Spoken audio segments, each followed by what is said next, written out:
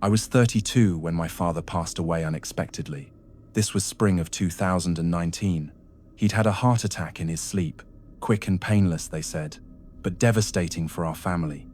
I was his only child, so the responsibility of sorting through his belongings fell to me. He'd lived alone for years after my mother died when I was in college.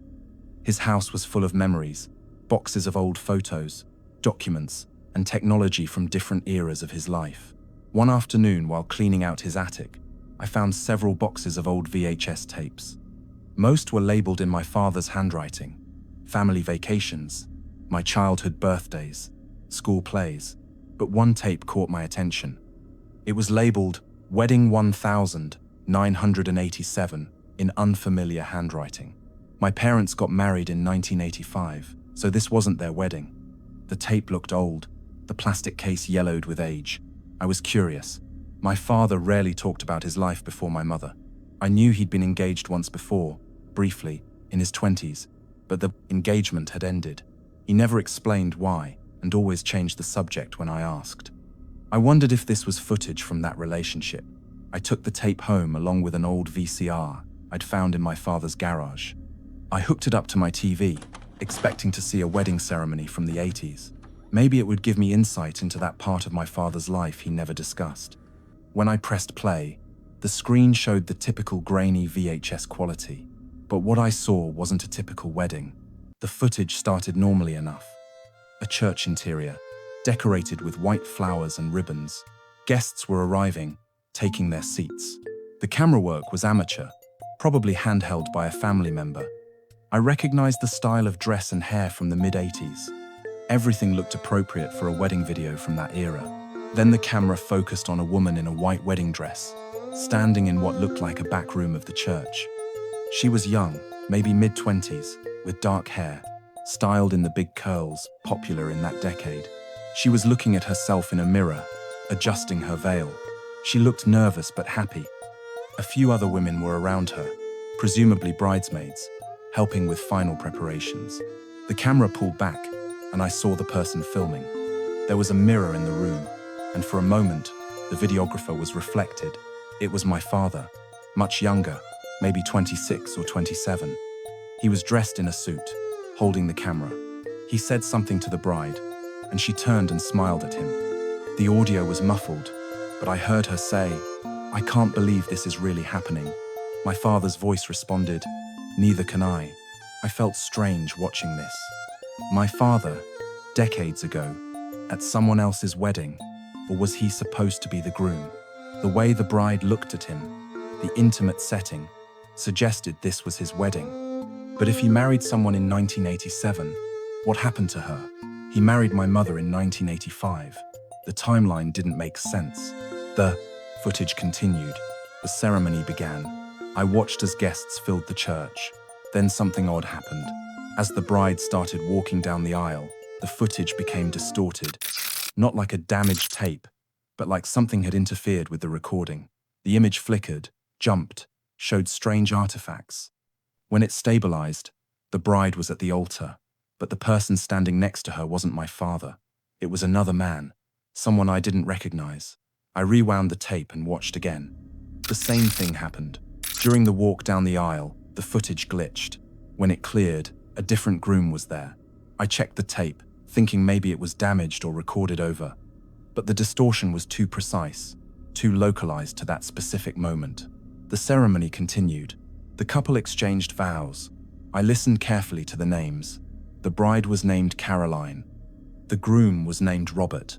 Not my father's name, but I'd seen my father in the earlier footage, clearly part of the wedding party, clearly intimate with the bride. What was going on? Then the footage cut abruptly. No reception, no celebration, just a hard cut to black. But the tape wasn't over. After a few seconds of darkness, new footage appeared. It was darker, grainier, clearly filmed later. It showed the exterior of a house at night. The camera was shaking slightly, like whoever held it was walking. They approached the house, went up to a window, and filmed inside. Through the window, I could see two people. The bride from earlier, Caroline, still in her wedding dress, and the other groom, Robert. They were in what looked like a living room. The camera zoomed in, focusing on them. They seemed to be arguing. Caroline was crying. Robert looked angry.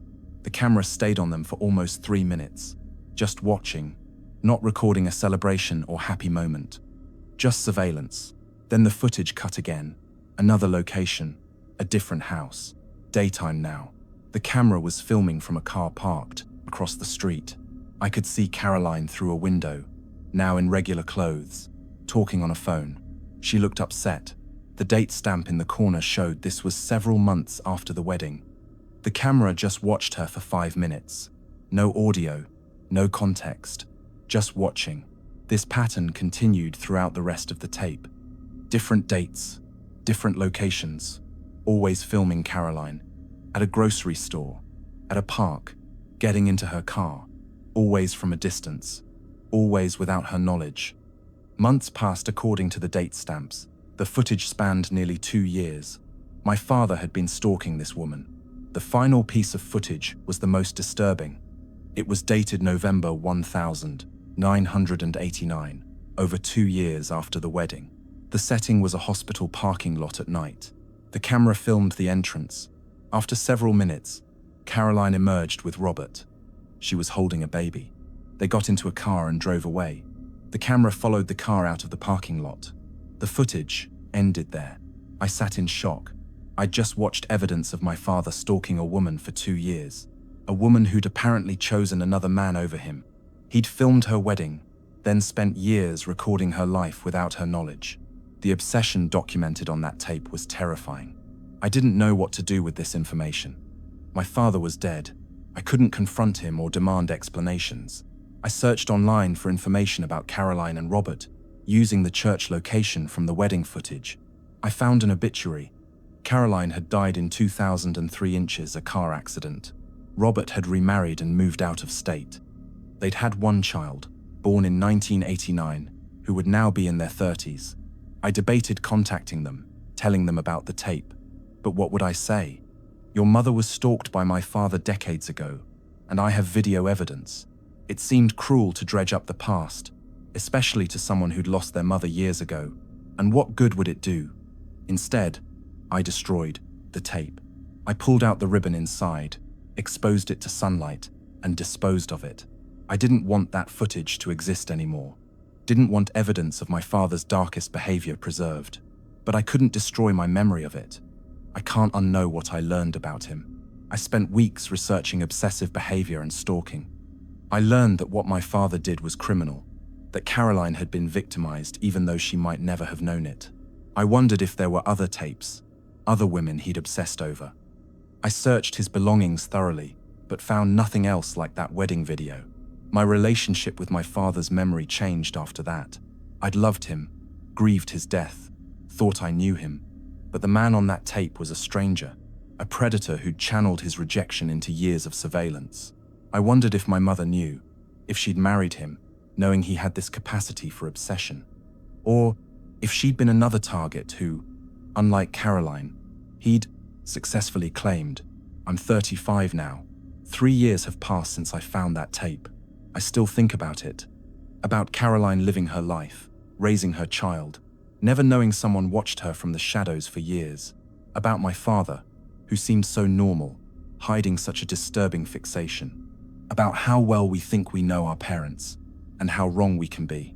I've become paranoid about being filmed. I check for cameras, cover my laptop webcam, look over my shoulder, because I learned that sometimes the person watching isn't some random creep.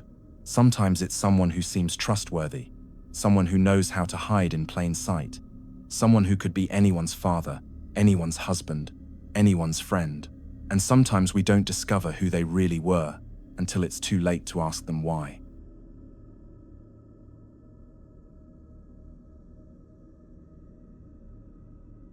I was 29 when I bought my first house. This was fall of 2020, and I'd been saving for years. The house was a foreclosure, cheap because it needed work, but it was mine. A small 2-bedroom in a quiet neighborhood outside Seattle. The previous owners had apparently left in a hurry. The bank had foreclosed on them after they stopped making payments and just disappeared. Left a lot of their stuff behind. When I moved in, I spent the first few weeks cleaning and renovating. The house was dated but structurally sound. As I cleared out the basement, I found boxes the previous owners had left.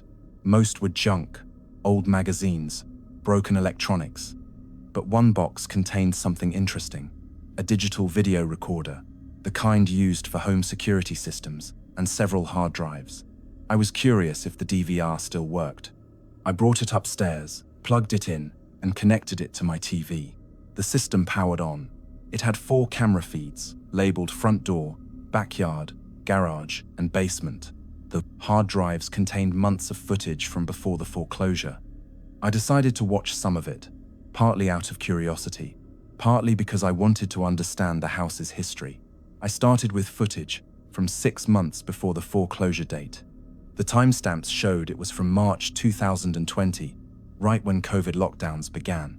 The front door camera showed a man and woman leaving for work in the morning, coming home in the evening. They looked to be in their 40s, professional types, a normal couple living a normal life. I fast-forwarded through days of footage, the same routine. Then something changed. The woman stopped leaving the house. The man continued his daily departures and returns, but the woman stayed home. I assumed she'd started working remotely because of the pandemic. Nothing unusual. But then I noticed her behavior on the interior cameras. The basement and garage cameras had angles that captured parts of the first floor through doorways.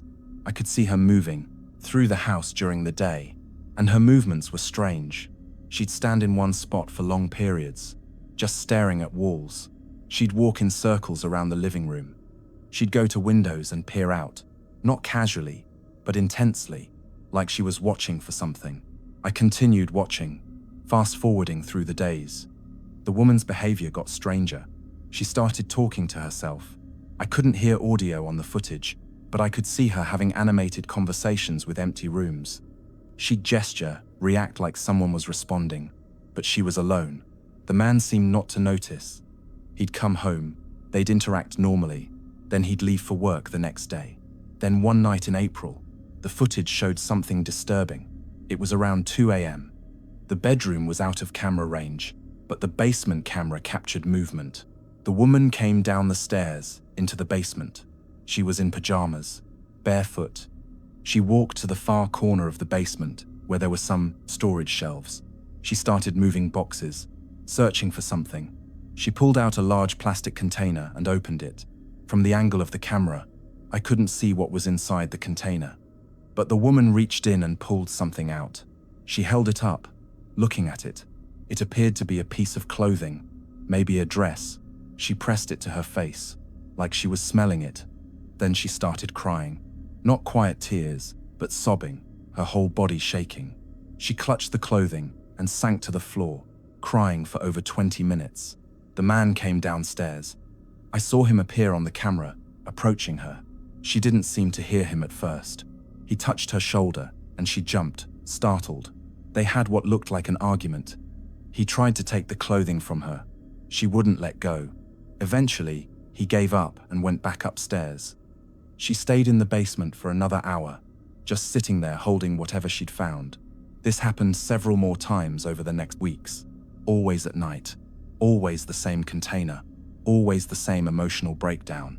During the day, around the man, she seemed relatively normal. But when he was gone or sleeping, she'd go to that basement corner and pull out items from that container. Different items each time, but always resulting in the same crying, the same grief. Then in May, the footage showed the man bringing home someone else. A woman, maybe in her 30s, who looked similar to the first woman but younger. They came into the house together. The first woman was there, saw them, and her reaction was bizarre. She smiled, greeted the younger woman warmly, like she was expecting her. The three of them sat in the living room together. Based on their body language and interactions, it seemed like the younger woman was their daughter. But something was off. The daughter kept looking at her mother with concern. She'd tried to engage her in conversation, but the mother's responses seemed disconnected. At one point, the daughter went to the basement, presumably to retrieve something. I saw her on the basement camera. She went to the same corner where the mother had been going at night. She found the plastic container, opened it, and looked inside. Her face changed. She looked horrified. She closed the container quickly and left the basement. The daughter left later that evening. After she was gone, I saw the man and woman arguing in the kitchen. It was a serious argument, both of them upset. The man was gesturing toward the basement. The woman was shaking her head, crying. He tried to hug her. She pushed him away and ran upstairs.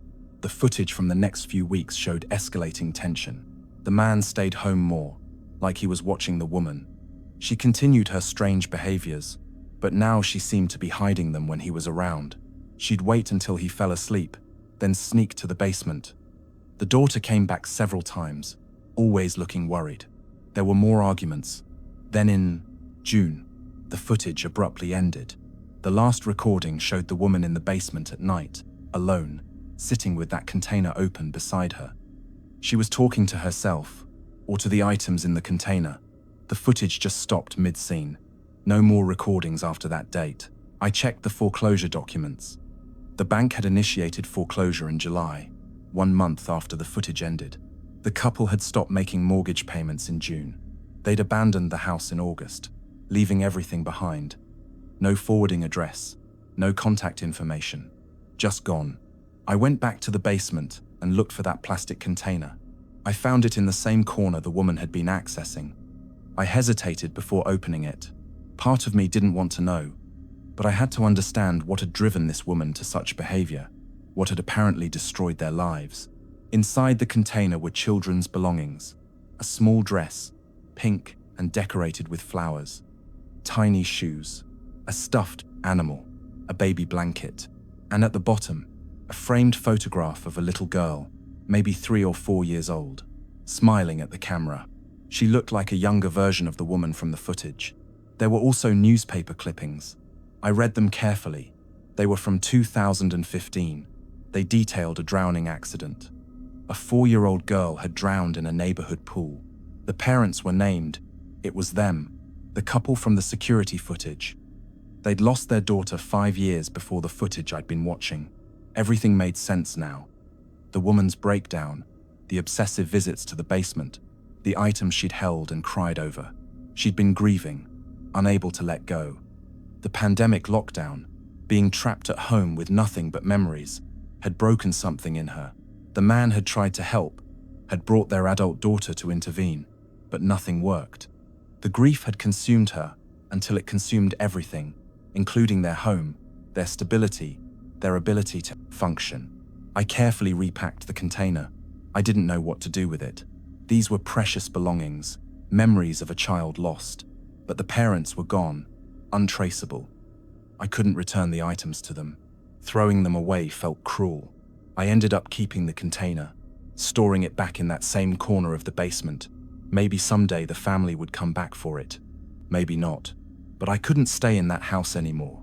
Every time I went to the basement, I'd see that corner and imagine the woman sitting there, crying, holding her daughter's dress. I'd see the security footage playing in my mind, the deterioration of a family consumed by grief. The house felt haunted, not by ghosts, but by memories of tragedy I'd witnessed through recorded footage. I sold the house 8 months later. I took a loss on it, but I didn't care. I couldn't live there, knowing what I knew. The new buyers had no idea about the footage, about the container in the basement, about what had happened to the previous owners. Maybe that was wrong of me. Maybe I should have told them, but I couldn't bring myself to share that story. It felt too private, too painful. I'm 32 now. 3 years have passed since I found that footage. I still wonder what happened to that family. If the woman got help, if they're together, or if the grief destroyed their marriage. If they ever think about the house they left behind, and the memories stored in a plastic container in a basement corner. I learned that sometimes found footage doesn't show paranormal horror. Sometimes it shows something more disturbing, real people breaking under the weight of loss.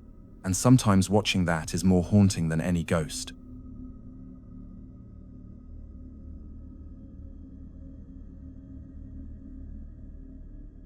I bought a used car in the summer of 2021. I was 27 and needed reliable transportation for my new job. The car was a 2017 sedan, good condition, reasonable price. The previous owner was an older man who'd traded it in at a dealership. I bought it from the dealer, went through the usual process, drove it home happy with my purchase. A few days later, I was cleaning out the glove compartment and found an SD card tucked in the back. It was the kind used in dash cams. I hadn't noticed a dash cam mounted on the windshield when I bought the car, but there were adhesive marks suggesting one had been there recently. The dealer must have removed it but missed the memory card. I was curious what might be on it, probably just boring highway footage. But maybe there'd be something interesting, an accident or road rage incident. I brought it inside and put it in my computer's SD card reader. The card had hundreds of video files, organized by date, spanning several months from late 2020 to early 2021. I opened a random file from December 2020. The video showed the view through a windshield, driving on a highway at night. The dashcam had recorded the date, time, and GPS coordinates in the corner of the frame. The car was traveling north on I-5, somewhere in Oregon. The previous owner, an older male voice, was talking to someone on the phone through the car's speaker system. The conversation was mundane. He was talking to what sounded like his wife, discussing dinner plans. I fast-forwarded through the video, just highway driving, eventually exiting and pulling into a residential neighborhood. The car parked in a driveway. The video ended there. I opened another file, this one from January 2021. Similar content, highway driving, phone conversations, arriving home. I was about to give up and delete the files when I noticed something strange. One file was much longer than the others. Most were 20 to 40 minutes, typical for a commute. But this one was over 3 hours long, and it was dated February 14th, 2021, Valentine's Day. I opened it. The video started the same way. Highway driving in daylight, GPS showing the car traveling north on I-5. But this time, the driver wasn't alone. There was a passenger, a woman, visible in the corner of the frame when the dashcam angle occasionally captured the interior. They were talking, but the audio was unclear. The conversation seemed pleasant. After about 30 minutes of highway driving, the car exited onto smaller roads, rural area, based on the scenery, forests on both sides. The conversation in the car had stopped, just silence and the sound of the engine. The GPS coordinates were taking them further from any major town. Eventually, the car pulled off onto a dirt road. The dashcam continued recording as the vehicle drove deeper into the forest. The road got rougher, just tire tracks through trees. After several minutes, the car stopped in a small clearing. The video continued recording. Nothing happened for about 10 minutes. Just the view of trees through the windshield. Then the driver's door opened. I heard the older man get out. His door closed. I could hear footsteps on gravel, walking around the car. The passenger door opened. The woman got out. More footsteps. Then voices, distant, arguing. I couldn't make out words, but the tone was clearly confrontational. The woman's voice was upset, almost pleading. The man's voice was calm but firm. The argument continued for several minutes. Then silence. Complete silence for almost 30 seconds. Then footsteps approaching the car. Just one set of footsteps. The driver's door opened. The man got back in. He was breathing heavily. The car started. I could see in the dashboard reflection that he was alone. The passenger seat was empty. The car drove back out of the clearing, back onto the dirt road, back to the highway. The entire drive back was silent. The man didn't make any phone calls, didn't say anything, just drove. The GPS tracked him back to the same house in Oregon where the other videos had ended. The file ended with the car pulling into the driveway. I sat staring at my computer screen. I'd just watched what looked like evidence of something terrible. A man had driven a woman to a remote forest location. There'd been an argument. Then he'd driven back alone. Where was the woman? I checked the date again. February 14th, 2021. I searched online for missing persons reports from Oregon around that date. I found one. A woman named Jennifer Martin, age 34, had been reported missing on February 15th, 2021. She was last seen leaving a Valentine's Day dinner with a man later identified as someone she'd been dating casually.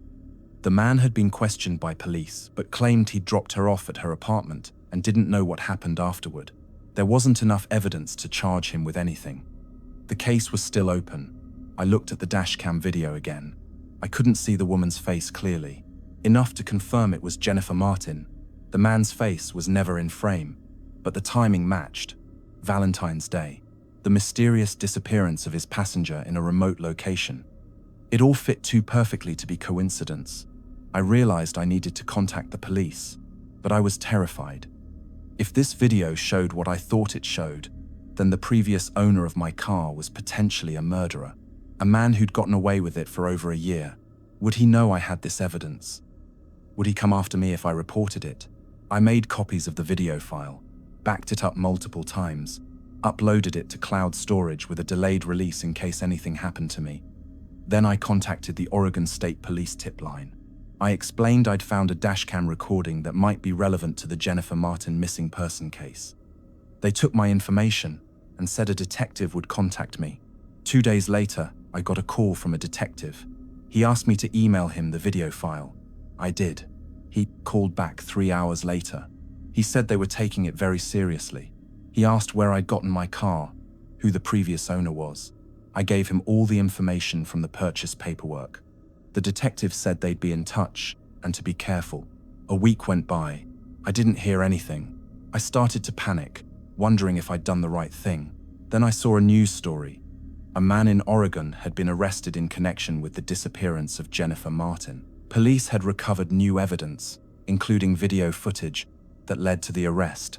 They'd also found remains in a forest area matching the GPS coordinates from the dashcam video. It was her. The man was the previous owner of my car. The detective called me again, thanked me for coming forward. He said the dashcam video had been the breakthrough they needed. They'd been able to use the GPS coordinates to locate the site where he'd left her body. The video also contradicted his statement about dropping her off at her apartment. Combined with other evidence they'd gathered, they had enough to charge him with murder. I felt relieved but also haunted. I'd been driving around in a car that had been used to transport a murder victim to her death. I'd sat in the same seat the killer had sat in. The car that I'd thought was just a good deal was actually evidence in a murder case. The detective told me the car would need to be seized as evidence.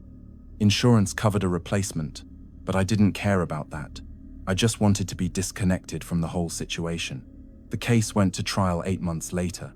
I had to testify about finding the SD card, about the video content. The defense tried to argue the video was tampered with, that I could have fabricated it, but forensic analysis proved it was authentic, recorded by the dashcam model originally in that car, with metadata matching the dates and locations. The jury convicted him. He got life in prison. Jennifer Martin's family thanked me afterward. They said they'd been living in agony, not knowing what happened to her, wondering if she was alive somewhere. My finding that forgotten SD card had given them answers and justice. But I couldn't shake the feeling that I'd stumbled into something I was never meant to see. I still think about that video sometimes. About the woman getting into that car on Valentine's Day, trusting the man driving, not knowing it was the last car ride she'd ever take. About how close that video came to being lost forever, deleted by a dealer, or destroyed by the previous owner if he'd remembered it was there. About how many other forgotten recordings might exist on old SD cards, showing crimes no one knows about, justice that never arrives, because the evidence sits unnoticed in a glove compartment or a junk drawer. I'm 30 now. 3 years have passed since I found that dashcam footage. I bought a different car immediately after the trial ended. I check it obsessively for anything the previous owner might have left behind. I installed my own dashcam, just in case I ever witness something I need to report. But mostly, I learned that sometimes found footage doesn't just show the past. Sometimes it changes the future. Sometimes it brings justice. And sometimes it reminds you that the most mundane objects, the most innocent purchases, can hide the darkest secrets.